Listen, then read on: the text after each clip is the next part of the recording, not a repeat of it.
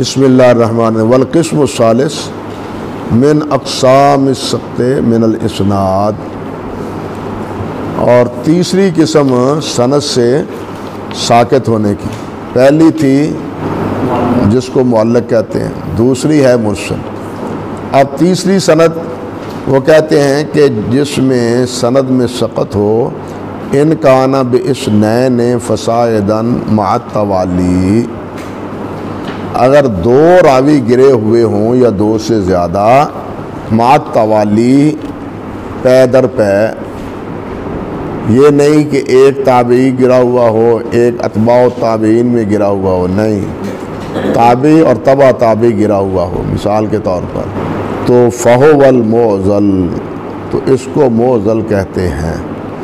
حافظ رحمۃ اللہ علیہ نے یہاں توالی کی شرط ذکر کی ہے، لیکن ابن الصلاح میں آپ اگر پڑھیں تو وہ دو راویوں کے سقط کا ذکر تو کرتے ہیں لیکن توالی کا ذکر نہیں کرتے۔ امام علی بن مدینی سے نقل کی ہے یہی تعریف تقریباً امام حاکم رحمۃ اللہ علیہ نے، کہ ان یسقط بین الرجل و بین النبی صلی اللہ علیہ وسلم اکثر من رجل، اس کے درمیان اور مرسل کے درمیان فرق یہ ہے کہ مرسل میں صحابی گرتے ہیں اور معضل میں تابعی یا تبع تابعی۔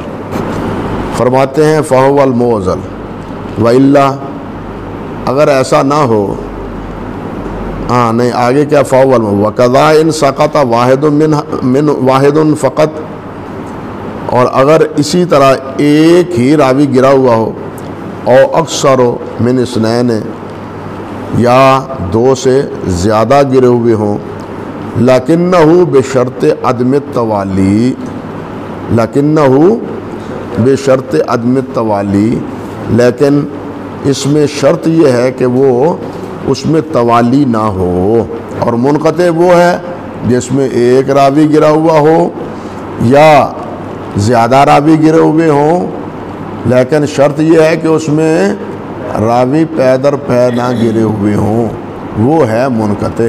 معضل، مرسل، منقطع کے بارے میں ضعف کے حوالے سے امام جوزقانی رحمۃ اللہ علیہ نے الاباطیل والمناکیر میں ایک بات فرمائی ہے کہ ان المعضل اسوأ حالا من المنقطع، کہ معضل یہ زیادہ ضعیف ہے منقطع سے، والمنقطع اسوأ حالا من المرسل، والمرسل اسوأ حالا من المرسل سے زیادہ کمزور حال جو ہے وہ منقطع کا ہے۔ کہتے ہیں والمرسل لا یقوم بہ حجہ، اور مرسل کے ساتھ حجت استدلال قائم نہیں ہوتا۔ یہ امام جوزقانی نے الاباطیل والمناکیر کی جلد اول، دو جلدوں میں یہ کتاب ہے، اس کے صفحہ نمبر 12 پر یہ بات فرمائی ہے، ان المعضل اسوأ حالا من المنقطع والمنقطع اسوأ حالا من المرسل والمرسل لا تقوم بہ حجہ۔ حافظ ابن حجر رحمۃ اللہ علیہ نے النقط میں، نقط کا 582 اور جلد 2، اس میں ایک تعلیق لگائی، وہ کہتے ہیں کہ انما یکون المعضل اسوأ حالا من المنقطع اذا کان الانقطاع فی موضع واحد، یعنی معضل یہ زیادہ کمزور ہے منقطع سے جس وقت کہ یہ ایک جگہ انقطاع ہو، لیکن اگر انقطاع میں بھی دو جگہ پر ہو، انقطاع بھی دو جگہ، فإن کان فی موضع یساوی المعضل فی سوء الحال، تو پھر اس کا ضعف بھی معضل کی برابر ہے۔ کیونکہ موزل میں 2 راوی گرے ہوئے ہیں، یہاں بھی 2 راوی گرے ہوئے ہیں، اگرچہ توالی نہیں ہے، لیکن 2 راوی گرنے میں تو دونوں یکساں ہیں نا۔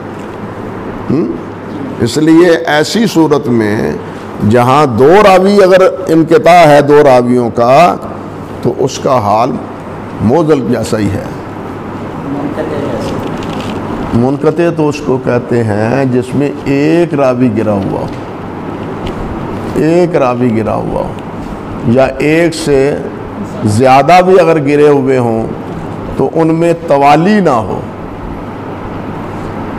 موزل میں توالی کہتے ہیں حافظ رحمۃ اللہ علیہ کہ موزل میں توالی شرط ہے، اور میں یہ بھی عرض کر چکا ہوں کہ ابن الصلاح رحمۃ اللہ علیہ نے موزل میں بھی توالی کی شرط ذکر نہیں کی۔ ثم ان سقط، پھر کہتے ہیں کہ جو سقط ہے من الاسناد قد یکون واضحا، کبھی تو یہ بالکل واضح ہوتا ہے۔ یحصل الاشتراک فی معرفتہ ککون الراوی مثلا لم یعاصر من روا عنہ،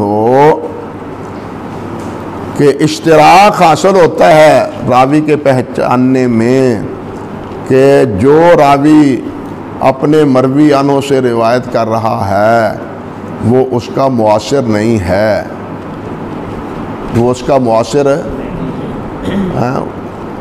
جب معاصر ہی نہیں ہے، ادراک ہی نہیں ہے، تو سماع کیسا؟ جب ادراک اور معاصرت نہیں ہے تو سماع نہیں۔ یہ بند پہلے کر لیا کرے نا، بعد میں بند کرنے کا کیا مطلب؟ پہلے بند کر لینا چاہیے اسواق سے۔ کیا کہہ رہا تھا دیکھیے، ہاں کہ دیکھنے والے جو حذاق ہیں، علماء ہیں، محدثین ہیں، معرفت العلم جن کو حاصل ہے، وہ راوی کو دیکھنے کے بعد فوراً پتہ چل جاتا ہے ان کو کہ ان راویوں کا اتصال نہیں ہے، ان کا زمانہ اور ہے، ان کا زمانہ اور ہے۔ ایک صورت یہ ہے قد یکون واضحا او یکون خفیا، یا وہ صورت انقطاع کی یا سقط کی وہ واضح نہیں ہوتی بلکہ پوشیدہ ہوتی ہے۔ فلا یدرکہ الا الائمۃ الحذاق المطلعون علی طرق الحدیث وعلل الاسانید، کہتے ہیں اس کو محسوس نہیں کرتے مگر وہی جو بڑے حاذق ائمہ ہیں، سمجھدار اور بصیرت والے ہیں، اور مطلعون، اور انہیں اطلاع ہے علی طرق الحدیث، حدیث کی تمام طرق اور اسانید پر، وعلل الاسانید، اور اسانید کی علتوں پر انہیں سارا خبر ہے، سارا علم ہے، وہی سمجھتے ہیں کہ یہاں سقط ہے۔ بادی النظر میں وہ سقط محسوس نہیں ہوتا۔ اللہ اکبر کبیرہ۔ جس طرح کہ آپ کرتے ہیں کہ حدیث کے طرق کا آپ نے جائزہ لیا، تمام طرق کو دیکھا، اور بعض طرق میں آپ نے دیکھا کہ یہ روایت یہاں اس استاد سے روایت کر رہا ہے، اور یہاں یہ روایت یہی راوی ایک اور واسطے سے اس استاد سے روایت کر رہا ہے، سمجھے نا؟ یعنی ایک جگہ ہے روایت بیان کرتے ہیں، مثال کے طور پر یہی دیکھ لیں امام سفیان بن عیینہ رحمۃ اللہ علیہ، سفیان بن عیینہ رحمۃ اللہ علیہ یا سفیان ثوری، وہ روایت کریں تابعی سے اور تابعی روایت کریں صحابی سے، مگر دوسری سند میں یہ ہو کہ جس تابعی کا سفیان رحمۃ اللہ علیہ نے نام لیا ہے، یہ دوسری اسانید میں یہاں ایک اور واسطہ شامل ہے، یہاں ایک اور واسطہ شامل ہے۔ اب اس واسطے نے آ کے گڑبڑ کر دی کہ کیا یہ واسطہ صحیح ہے، یہ کیا پہلے استاد سے اس کو سنا ہے یا نہیں سنا، یا دونوں سے سماع کیا ہے. یہ 2-3 سوال وہاں پیدا ہوتے ہیں. اب جو محدث ہیں جن کو علل کی معرفت حاصل ہے وہی اس بھول بھولیوں سے نکل سکتی ہے.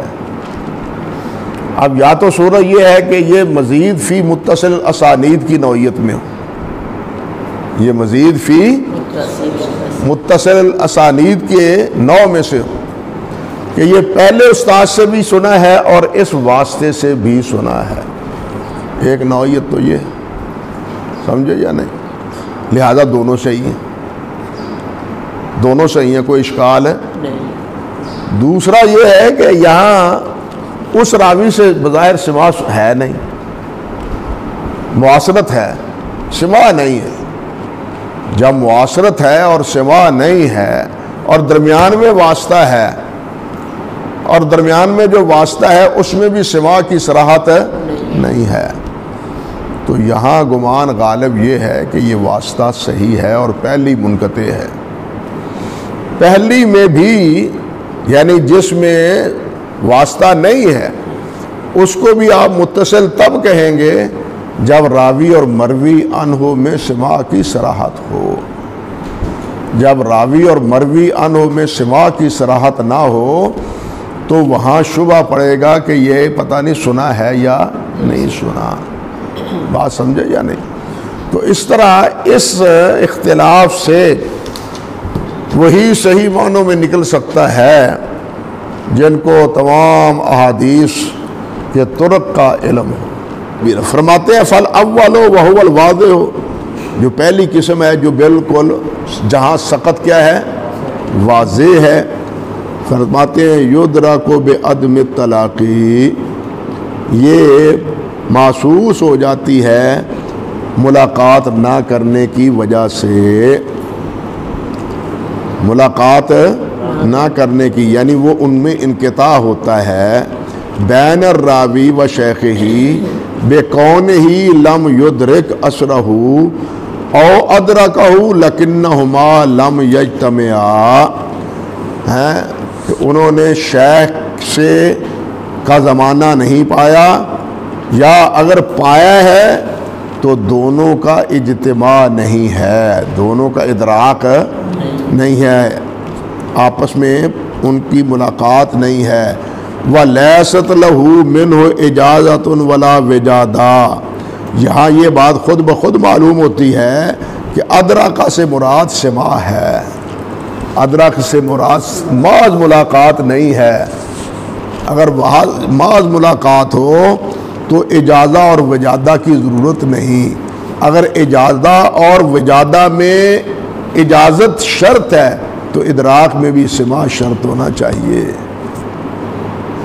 ایک چیز استاد کے ہاں استاد کی مل جاتی ہے، اس کے ہاتھ سے جناب میری مرویات اساتذہ کے تھے نا بیاض، وہ انہوں نے اپنے شاگردوں کو دی، نقل کر لو بھائی، نقل کر لی، میں نے آپ کو اجازت دے دی، چلو جی ٹھیک ہے. اب آپ نے بھی نقل کر لی، اجازت دی نہیں، کہتے ہیں یہ متصل نہیں ہے. اگر یہ متصل نہیں ہے تو باہم ملنے سے اتصال کیسے جب تک سماع نہیں؟ بات سمجھے یا نہیں سمجھے؟ یہاں ادراک سے خود بخود یہ بات ذہن میں آتی ہے کہ جب آگے کہتے ہیں وَلَيْسَتْ لَهُ مِنْهُ إِجَازَةٌ وَلَا وِجَادَةٌ، تو ادراک میں بھی کیا ہے؟ سماع چاہیے. کیونکہ بہت سارے راوی ہیں ان کے تراجم میں آپ پڑھیں گے، وہ کہتے ہیں کہ ادرکتہ وجالست معہ لیکن لم ارزق منہ سماع حدیث ہی، میں بیٹھا ہوں ان کو پایا ہے لیکن حدیث کے سماع کی توفیق مجھے ان سے نہیں. بعض کئی تراجم میں آپ یہ دیکھیں گے. اس لیے حافظ نے فرمایا ہے لم یجتمعا ولیست لہ منہ اجازت ولا وجادہ، استاد سے نہ اجازتاً نہ وجادتاً کوئی چیز ملی تو وہ روایت جو ہے متصل نہیں.